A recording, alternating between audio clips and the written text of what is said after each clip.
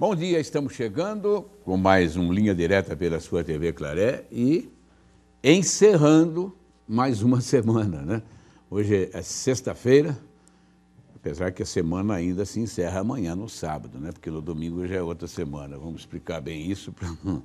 Mas como é dia útil, né? Hoje é o último dia da semana, 17 de agosto do ano de 2007. O ensino à distância é o tema da entrevista de hoje no Linha Direta. Para falar sobre essa nova forma de educar, nós vamos conversar aqui hoje com o professor doutor Marcelo Borba, ele que é professor da Unesp de Rio Claro, pós-graduação em Educação Matemática. E esse assunto é muito interessante, porque a gente vai falar aqui sobre essa... É um novo método, né, de ensinar e de aprender, não é isso? Então, eu acho que a gente vai ter muito que falar sobre isso aqui. Eu quero, antes de mais nada, agradecer pela presença do professor Marcelo hoje no nosso programa. E a gente vai falar bastante, viu, professor? Bom dia. Muito obrigado pela presença. E muito obrigado a vocês pelo convite, tá ok? Bem, vamos agora começar a conversar com o professor aqui, né? Professor doutor Marcelo Borba, como eu já disse, né, da Unesp, do pós-graduação em Educação Matemática. E a primeira pergunta, professor, porque esse novo método, né, de educação, de ensino, ele pode despertar a atenção de muitos estudantes também, e professores, por que não, né? Então, precisa uma explicação em relação a isso. Vamos explicar, então, professor, começando como é feito o ensino à distância pela internet. Olha, há várias formas que o ensino à distância pode ser feito pela internet. Já há, inclusive, uma expressão que vocês vão ouvir falar hoje, que é EAD online, que é uma maneira para a gente não falar ensino à distância online, então seria EAD online. A gente pode, por exemplo, vários dos telespectadores já podem ter visto, já podem ter usado um chat, uma sala de bate-papo. Às vezes para fazer fofoca ou para fazer uma brincadeira ou algo do tipo. Mas eles podem também, e nós temos usado isso já há 8 anos na Unesp, para estar dando cursos para o país inteiro e para a América do Sul. Então nós enviamos, por exemplo, um determinado livro, a pessoa lê antes, há perguntas feitas sobre aquele material e depois a gente chega e temos uma sessão, por exemplo, terça-feira de 9 às 11 da noite, reunindo professores de diversas partes do país, no qual eles vão estar debatendo o tema daquele livro ou, no meu caso também, resolvendo problemas de matemática previamente dados a eles. Essa é uma das formas, mas há mais, há outras também. O resultado disso, hein, professor? Porque é um método até recente, vamos dizer assim, né? Uhum. Já tem resultados, vamos dizer, que se possa, já uma análise disso já? Tem, e inclusive parte do tema que nós vamos falar, e parte disso já estão publicados em artigos científicos e em livros também. A primeira pergunta básica era, será que alguém pode aprender algo, você entende, pela internet? No nosso caso, eu pertenço a um grupo de pesquisa, o GPIMEN, que é um grupo que reúne vários doutores aqui da região, alguns docentes da Unesp, outros não, e também mestrandos e doutorandos e alunos da graduação. Nós temos investido muito em educação à distância para professores já formados, que necessitam de uma constante atualização. Como vocês talvez devam saber, a Unesp de Rio Claro tem como um dos seus centros essa área de educação matemática. Então, nós nos tornamos ainda mais conhecidos nacionalmente e até internacionalmente por causa dessa forma. E nós já pudemos ver que vários professores puderam, de fato, estarem se atualizando ou, às vezes, revendo um determinado conteúdo que o qual eles não tinham visto já há vários anos, passaram 6, 7 anos sem ensinar geometria, por exemplo, e depois passaram a estar... Eles trabalham com a gente sobre isso. Então, nós demos um curso, por exemplo, para ensinar professores a utilizar software na sala de aula, presencial para garotos. E esse curso deu ótimo resultado com avaliação feita não por nós, mas, nesse caso, por uma empresa que nos contratou, entendeu? Uma rede de escolas da Fundação Bradesco, eu acho que eu posso dizer aqui. Claro. E eles fizeram uma avaliação independente, você entende? Para ver se valeria a pena continuar e ficaram muito contentes. Então, isso foi possível neste caso, tá ok? Há uma maior facilidade para aprendizagem com relação a esse método, por exemplo? Há uma diferença de sala de aula? Propriamente, não. Olha, eu não diria que há uma maior facilidade. São ambientes diferentes, são coisas que a gente teria que estar tendendo a compreender mais e a gente tem estudado bastante. Nós temos, por exemplo, algumas vantagens de ter, por exemplo, quem está num curso online está com a internet do lado, né? Não pode falar, diferente de um aluno na sala de aula presencial que às vezes não tem esse acesso tão fácil. Por outro lado, é muito importante, às vezes, esse contato do olho a olho, que dependendo da forma como se faça, não se tem. Então, há vantagens e desvantagens. O que a gente defende no nosso grupo de pesquisa, eu em particular defendo, é que a educação à distância não é boa nem ruim. Existe educação à distância de qualidade, educação à distância sem qualidade. Educação presencial, como nós sabemos, de qualidade, e educação que não é exatamente tanto de qualidade presencial, em qualquer nível que seja. A procura é grande. Olha, a procura tem sido grande, às vezes a gente não tem conseguido atender tudo o que nós conseguimos, e neste momento a Unesp não tem cursos regulares de graduação e de pós-graduação online, mas isso está tramitando na reitoria, então é possível que em breve a Unesp vá ter, eu já não sei qual curso, né, que a Unesp vai depender, isso eu não posso estar anunciando. Mas esses cursos que nós damos, que são cursos de extensão para professores, têm tido muita procura. Que bom. E é muito interessante a gente ter Rio Claro no centro como polo e um professor de Mato Grosso, do Amazonas, do Rio de Janeiro, do Rio Grande do Sul, da Argentina, participando dessa comunidade. E pode haver uma escolha de período para poder aprender, para poder participar disso ou não? Pode. Note o seguinte, nossos cursos, por exemplo, às vezes eles exigem que a pessoa tenha terça-feira à noite, por exemplo, para essa parte dos encontros em comuns. Mas há, por exemplo, outras atividades educacionais em que a gente não tem essa necessidade, então permite uma maior flexibilidade do tempo, por exemplo, daquele professor, que é o nosso caso, que trabalha. Nós sabemos que vários professores dão 40 horas aulas, ou 20, ou algo do tipo. Então, ele pode ter uma flexibilidade de lidar com aquilo. Agora, conciliar, né? Vamos dizer. Exatamente. Mas a gente tem visto também a importância, Moacir, da gente ter esse encontro síncrono, ao mesmo tempo, seja utilizando uma sala de bate-papo ou em outros cursos que nós damos aos sábados, por exemplo, às vezes, a videoconferência, que permite que eles me vejam, depois, num outro momento, a gente vê alguém em Manaus, depois a gente vê alguém em Rio Branco, no Acre, e por aí vai. Então, esse tipo de relação parece que é importante nesse momento. Mas, como eu disse, nós temos, por exemplo, o Centro Virtual de Modelagem, no qual professores que trabalham com projetos abertos, eles podem entrar a hora que quiser e a gente vai ter alguém respondendo para ajudar professores no país inteiro.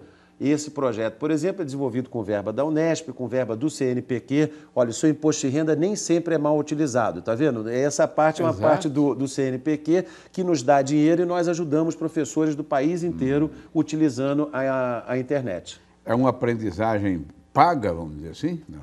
Olha, nós temos ambas. Por exemplo, no caso de algum desses cursos de sábado, que eu falei aqui de uma fundação que nos contratou, eles nos pagam e eles pagam também, e uma parte disso reverte para a Unesp. Então, nós atualizamos equipamentos da Unesp. Há, por exemplo, outros cursos que nós damos que são praticamente gratuitos. Nós cobramos uma taxa pelo curso inteiro de R$ 95.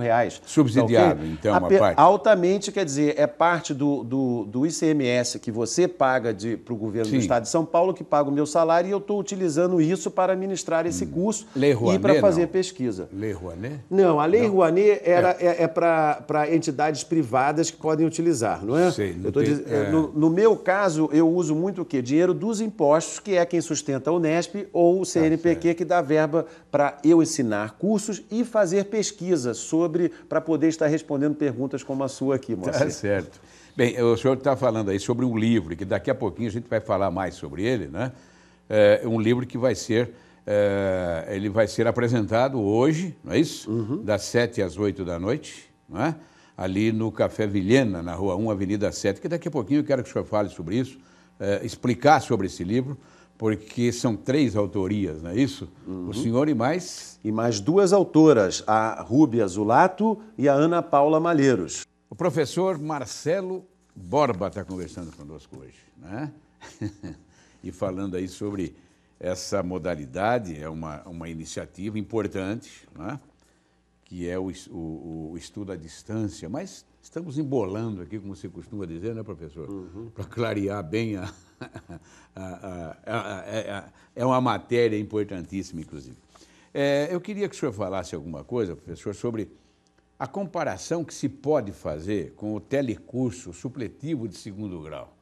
Tem alguma correlação aí ou não? Tem. Inclusive, como eu falei para vocês, quer dizer, de educação à distância online, é o que a gente chama nessa área mais ou menos da terceira geração de educação à distância. A primeira foi aquela feita pelo correio, talvez as pessoas de mais idade se lembrem, mas havia, ainda mais se você tivesse em cidades menores, talvez até em Rio Claro, no seu passado distante, você não tinha escola suficiente ou uma escola técnica boa, então você fazia um curso pelo correio. O material chegava, você preenchia, enviava e o professor depois se comunicava com você. Bom, a pessoa para participar dessa modalidade tem que ter muita disciplina e também ele tem que ter um pouco autodidata, porque ele vai estar sozinho, isolado. O telecurso tinha já uma interação de um lado, que era o quê? A pessoa viva na frente da TV, falando com ela, dando aula, às vezes nas versões mais recentes mostrando uma animação, então queria mostrar a área do triângulo, aí mostrava uma animação, um desenho tal e pronto, e muita gente se formou assim, ainda mais aqueles que não têm tempo para ir à escola, etc. Mas, de novo, não há uma interação com o professor.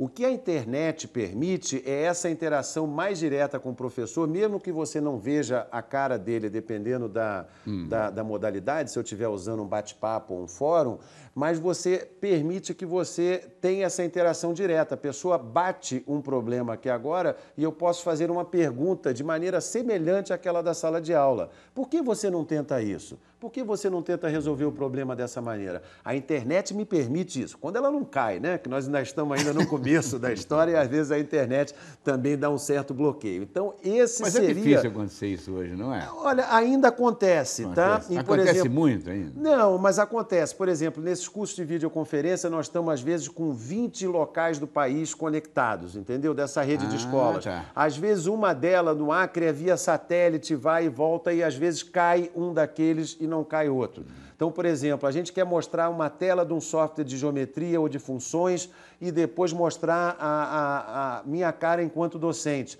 Então, às vezes, a gente vai e tira a minha cara, não é? Para que não use tanta banda da internet. Mas a grande diferença, Moacir, que você se referiu do telecurso é essa, é da interação. Sei. Então, a internet permite que haja uma interação e que aquele professor que está sozinho no Acre consiga, pela internet, conversar com outro que está no mesmo curso no Rio Grande do Sul. E, às vezes, eles têm um interesse e têm experiência para trocar.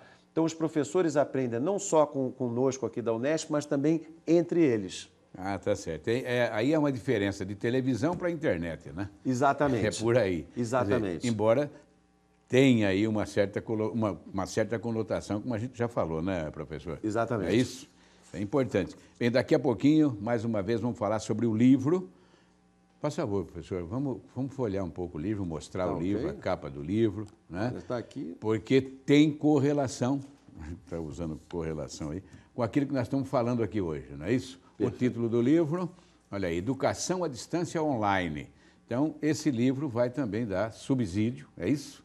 Para que a pessoa possa participar desse curso à distância, seria isso? Né? Exatamente, ou para aqueles que queiram ter interesse em participar como alunos ou como professor. Sei. Esse livro é resultado de 8 anos de pesquisas e apresenta exemplos do que a gente faz e, digamos, fala mais em detalhes do que nós estamos conversando aqui. Ah, tá.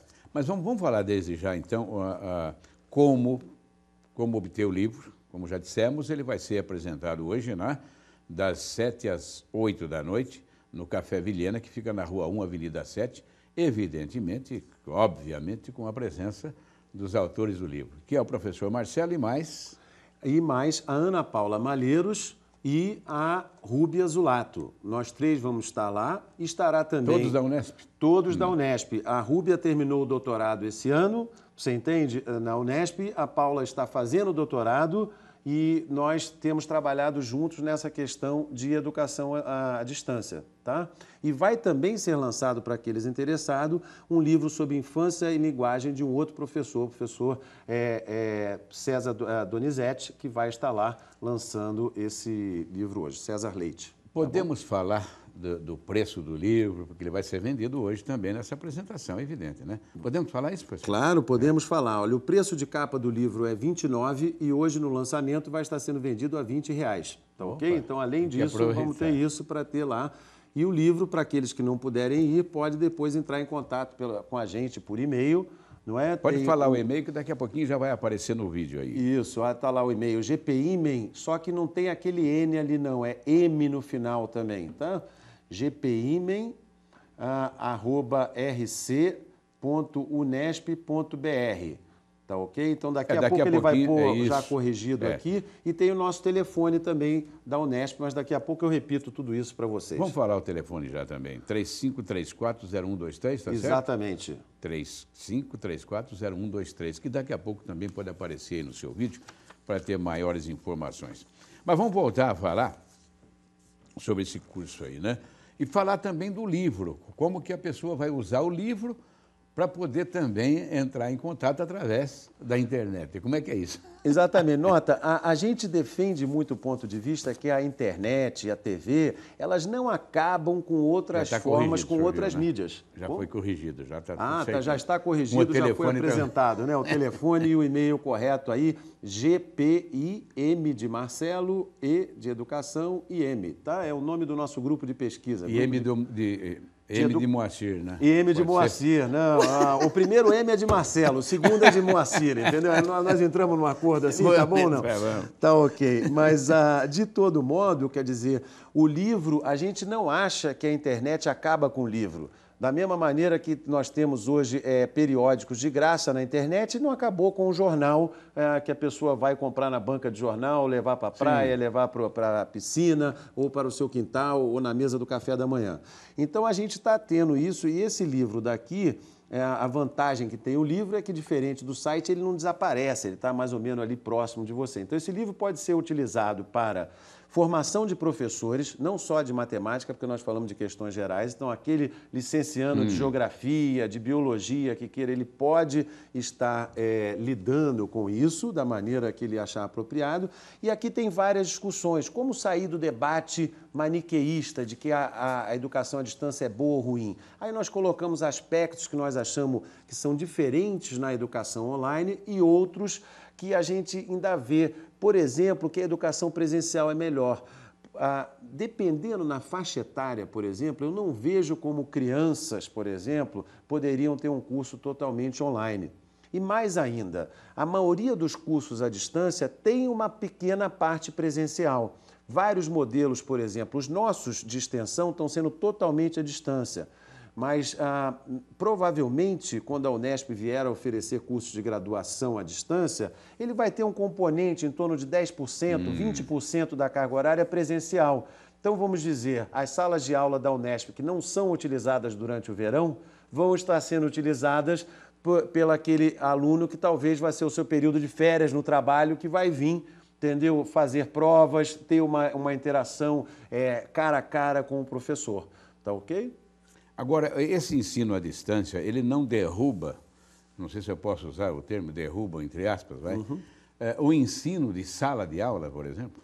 Olha, pode acontecer isso ou não? Olha, a gente não sabe, né? Pode ser que isso aconteça, mas não parece que é essa a tendência. A tendência vão ser que ambos convivam. Que tanto a internet participe mais da educação presencial fundamental, com as aulas que eu dou na Unesp, e da mesma maneira que tenha um componente presencial na educação à distância. Existe até uma expressão em inglês chamada blended, que lembra whisky, não é? Mas, na verdade, eles estão falando da mistura, não é? Do enfoque combinado. Essa que está sendo, no meu modo de ver, a maior tendência. E aí, dependendo do público e dependendo das diferentes maneiras, nós podemos estar pensando, vai ter um componente mais à distância ou mais presencial, tá ok? E isso nós discutimos também, Moacir, aqui no livro, entendeu? Dando exemplos do que a gente acha. e, em particular, na nossa área, que é trabalhar com professores. Aí, falando nisso, esse livro também, ele pode ser usado, ou deve ser usado também, para aqueles professores na sala de aula, né, que especificamente dão aulas pessoalmente, vamos dizer. Seria também, isso, a aula presencial também pode ser usada. Por quê? Como nós estamos dizendo que o que importa é a educação à distância ou presencial de qualidade, nós estamos dizendo que componentes nós achamos na sala de aula, qualquer que seja ela, que seja importante. Por exemplo, a interação professor-aluno é fundamental, tanto na educação à distância quanto na presencial. E nós damos exemplos de como que isso deve acontecer e como que na educação à distância com chat se faz algo aqui de uma forma e na videoconferência de outra. E em breve, Moacir, nós vamos estar com a TV digital, aí vai ficar muito difícil dizer o que é TV, o que é computador, tá? Então, assim, em mais ou menos 2 anos, tá, nós vamos estar podendo, eu vou ter que falar outra coisa sobre o telecurso. Tá, entendeu? Certo. Agora, a gente sabe também que com relação à internet, quase todos os dias, vamos dizer, para explicar melhor, né? Há uma projeção, inclusive, nesses aparelhos, né? No CPU, que é mais moderno, né? Como também as telas, né? Não é isso? Aliás, o monitor, né? Que também já é de uma outra geração já. Então, a cada dia, também o pessoal já precisa estar se modernizando também, ou não, professor? O tempo todo a gente tem que estar pensando isso. Das boas medidas tomadas nos últimos anos pelo governo federal, tem sido essa de ter tirado o imposto dos computadores, o que tornou o computador mais acessível para boa parte da população, e o programa também de financiar, em particular para professores, em até 50 vezes. Então, tem vários professores já com computadores de qualidade. Depende do juro, né? Depende do... Não, mas esses juros aí, nesse caso, parece que é só a Caixa Econômica ou o Banco do Brasil. Então, é dinheiro do FAT, se não me engano, Fundo de Amparo ao Trabalhador, ou algo do tipo. Então, eles podem dar um juros menor. É claro que o melhor, eu digo isso como professor de matemática, é comprar à vista, tá bom? Evitem juros qualquer um, não é? Mas, de qualquer jeito... E agora tem internet pelo celular também, né? Tem. Essa, então, está muito cara, entendeu? Os celulares que já estão, assim, né, razoavelmente, né, com a conta cara, essa internet pelo celular está mais cara. Mas o Moacir tocou num ponto importante. Muito bem, professor doutor Marcelo Borba, da Unesp, né? Estamos falando aí sobre, principalmente, aliás, nós estamos juntando todos os assuntos aqui em relação à educação, né? Que isso é muito importante. Saímos um pouco aí da internet, saímos um pouco aí dessa iniciativa, mas tudo é válido, né, professor? Professor, com relação às crianças, o que o senhor fala? As crianças também vão poder chegar a esse ponto também de estudar pela internet? Ou estudar mais? Porque alguma coisa já está sendo feita ou não? Note o seguinte, uma das grandes coisas que tem mudado já atualmente, o que é? Que o papel do professor não é... Talvez nem seja o principal papel no momento passar informações, é também. Mas ninguém pode hoje em dia competir com a quantidade de informações que se tem na internet. Isso quer dizer o fim do professor? Não. Isso quer dizer que o professor tem que ajudar esse aluno a usar a internet na aprendizagem dele, inclusive na seleção dessa quantidade imensa de informações. Mas muda o papel do professor dos anos 30, que era, às vezes, não havia televisão, o rádio nem em todo canto, e o principal papel dele era transmitir o teorema de matemática, a informação da história. Isso hoje você consegue rapidamente na internet a informação. Agora, então as crianças já aprendem. Agora, ter educação, cursos online para criança, eu acho que não. Porque a educação, mesmo jovem, 19, 20 anos, nota, a gente tendo educação online, um curso é uma coisa, mas tem algo que na universidade as pessoas aprendem que é mais importante daquele convívio também, que é algo que às vezes num curso não dá. Eu posso ter o convívio virtual, as pessoas interagindo, né, pela internet e tal. E para as crianças é muito importante a questão afetiva também, no meu modo de ver. Pode ser que no futuro a gente vai tendo isso diferente, ou seja... mas hoje as crianças já aprendem pela internet, mas ela não substitui aquele contato direto e etc. Tá? E tanto na presencial, hoje, porque o aluno chega na 2ª série e fala para o professor, professor, eu li isso na internet, vi no programa do Moacir aquilo, ouvi algo do tipo. Então hoje na internet é muito mais e a professora tem que aprender a lidar com isso. E nós na universidade também, que somos pagos para pesquisar e etc., estamos trabalhando com questões de ponta como essa da EAD online que está relatada no livro de pesquisa, mas nós também sofremos com isso. O nosso aluno chega e ele sabe coisa que nós não sabemos. Agora, o que precisa acontecer, isso já foi falado, eu não sei em que pé estamos em relação a isso, os videogames, né? Que parece que eles querem tirar ou já tiraram, mas precisa tirar mesmo, né? Quer dizer, aqueles videogames de muita violência, né? De trombada de carros e tal, que eles querem substituir para estudos, para a educação, inclusive. Isso vai ser muito importante, não é? E isso já está sendo, né? Já está acontecendo. Primeiro, a minha opinião, eu acho que os videogames ou tal são importantes para as crianças, de maneira limitada. Vocês querem saber como é que eu faço com meus filhos? Isso, os meus filhos têm, né? Porque o que a gente faz com os filhos, aí a gente vê como norma. Nós temos com meus filhos, eles devem estar assistindo lá agora e vão estar rindo aqui agora. Fala eles o nome têm, deles, por favor. Tomás e Léo, tá? E eles vão ter aqui agora, eles têm mais ou menos um tempo de Mas tela. a esposa também está vendo. Isso, também está vendo, E também está vendo. Foi buscá-lo na escola agora, vocês estão vendo essa segunda parte agora, tá? Anne, né? E de qualquer jeito, nesse momento agora, eles têm que fazer horas de esporte para ter hora de TV ou de computador. Então, se não fizer esporte, você entende? Não tem. É claro que a parte quando eles estão usando o computador para a escola, essa parte está descontada. Agora, joguinho, quero ficar conversando com um amigo no chat ou etc., é assim, 1 hora de natação, aí como natação é puxado, eu dou o dobro de hora de tela. Mas se for caminhar comigo, que é das coisas que eu faço, 1 hora, você entende, para o computador ou TV. Ou seja, o importante é o equilíbrio. Precisa dosar, né? A criança não ficar o tempo todo. Há exceções. Meus pais vieram visitar, eles estão velhinhos, vendo televisão, vê televisão quanto tempo quiser com eles e pronto, e fica no colo do avô, entendeu? Que é uma beleza, né? E é difícil de segurar em alguns pontos, né, professor? Não, verdade. Tem que haver negociação, questões como essa e tal, mas, em geral, eu procuro esse balanceamento de atividade física com horas de internet, horas de joguinhos no computador ou no minigame, ou horas de assistir TV também. Mas eu acho que o governo precisava incentivar mais tudo isso, né? Incentivar mais a educação, não é isso? Olha, para que a gente possa diminuir esses problemas, né, de violência, etc., né? Quer dizer, esses cursos aí, por exemplo, eles são bases para isso, inclusive, né? Mas precisa mais, não precisa, professor? Precisa. E eu acho que aqui, por exemplo, nós já tínhamos que ter mais programas ou tal, até para a gente ver se mais acesso à internet e, ao mesmo tempo, mais esporte, consegue, talvez, ter algum impacto nesses índices de violência que nós temos, tanto aqui como no resto do país, não é? Então, eu acho que isso seria importante. E só para dar um exemplo, por exemplo, Rio Claro, hoje em dia, já está mais conhecido até, tem um outro tipo de impacto social, porque cursos como esse colocam o Rio Claro no centro da educação matemática no Brasil e até no mundo. Então, já tem um professor de uma pequena cidade onde não tem universidade, ele voltou para lá e está tendo interação com docentes de Rio Claro, comigo, com os doutorandos e mestrandos que me ajudam na elaboração desses cursos e para fazer esse tipo de pesquisa também. Então, é muito importante, não é? Se tiver algum governante me assistindo aqui, que a gente tente investir mais em acesso para a internet, em conjunto com esportes e etc. Custa muito mais barato, nós sabemos, do que a diária de um hotel em Itirapina, na prisão, correto? Mas não tenha dúvida, é por aí mesmo. Por isso que a gente está dizendo dessa forma, né?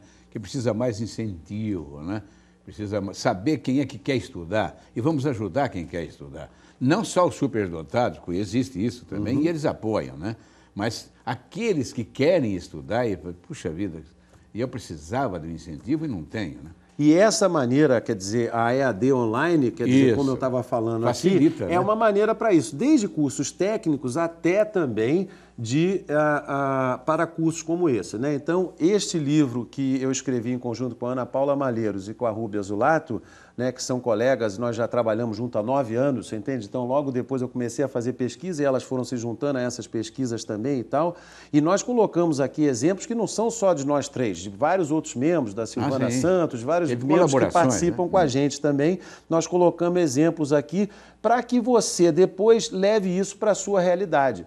Agora, nós temos essa esperança, né, de que a EAD online não substitua a educação como nós conhecemos, mas que seja uma opção a mais. A educação no tete-a-tete, né? E parece que para esse caso do professor que trabalha, você entende já, e ter um curso como esse, ele permite estar se atualizando e utilizando amanhã na sala de aula dele e voltando com novas questões para a gente. Nós vamos terminar agora falando um pouco mais com relação à apresentação do livro hoje. Fique à vontade para falar.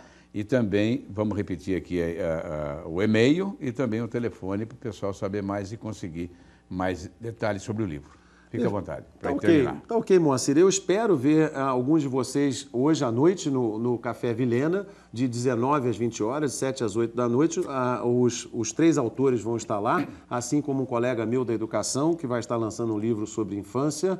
E nós vamos estar lá autografando os livros para aqueles que quiserem. E repetindo R$20 nessa apresentação. Hoje no lançamento. Aqueles que não puderem ir, entrem em contato conosco pelo e-mail ou pelo telefone, livrarias por favor. vão ter, já tem esse livro? As livrarias já vão estar sendo lançadas aqui. Caso você for ali nas livrarias locais que nós temos aqui, Sim. pode pedir. Esse livro é fácil, a distribuição é muito em São Paulo. A editora é Autêntica, de Belo Horizonte.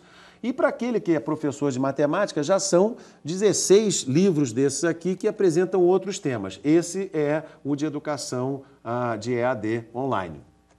Professor, já estamos agradecendo pela sua presença, foi muito importante. Aliás, um professor carioca, né? Deu para entender, né, que é carioca. É um sotaque gostoso de ouvir, inclusive. Eu sou carioca e, como já disse para o Moacir aqui no intervalo, um carioca que optou em morar em Rio Claro, que gosta muito da terra. Sou carioca da Gema, sou flamenguista, mas nascido e criado lá do Fluminense, entendeu? Nas Laranjeiras, embaixo do Corcovado. Ganhou do Fluminense ontem 1-0, tá vendo como é que é bom aqui a história, tá vendo? Ó. Mas gosto muito de Rio Claro, estou aqui agora há 15 anos, antes tinha morado 3 anos e gosto demais da terra daqui. Tomou a água de Rio Claro, volta. Isso é tá vendo? Tá, okay? Não é? Isso, aqui é uma terra muito boa, eu gosto muito do Rio de Janeiro e vou ao Rio com frequência, mas eu adoro aqui e adoro a Unesp, adoro dar aula lá, né, fazer pesquisa e todo mundo me recebeu muito bem aqui e para mim é um prazer. Né? E meus filhos são rioclarenses, né? Então, enquanto eu falo chiado, eles falam porta aberta, entendeu? E nós vivemos assim com a diferença, sem problemas. E nós gostamos bastante também dessa entrevista. Muito obrigado, viu, professor? Um bom final de semana. Tá ok. Tá? Para vocês também e para o telespectador também. Muito bem, ficamos por aqui com o Linha Direta desta sexta-feira, desejando a todos um ótimo final de semana. Agora, em seguida, você vai ter aqui o CB Esportes com o Cláudio Biscoito, mas amanhã a gente vai voltar focalizando algumas das principais entrevistas que fizemos aqui durante toda a semana. Um abraço e até lá. E não se esqueça, 7 às 11h30 da noite e o Telejornal Rio Claro. Até amanhã.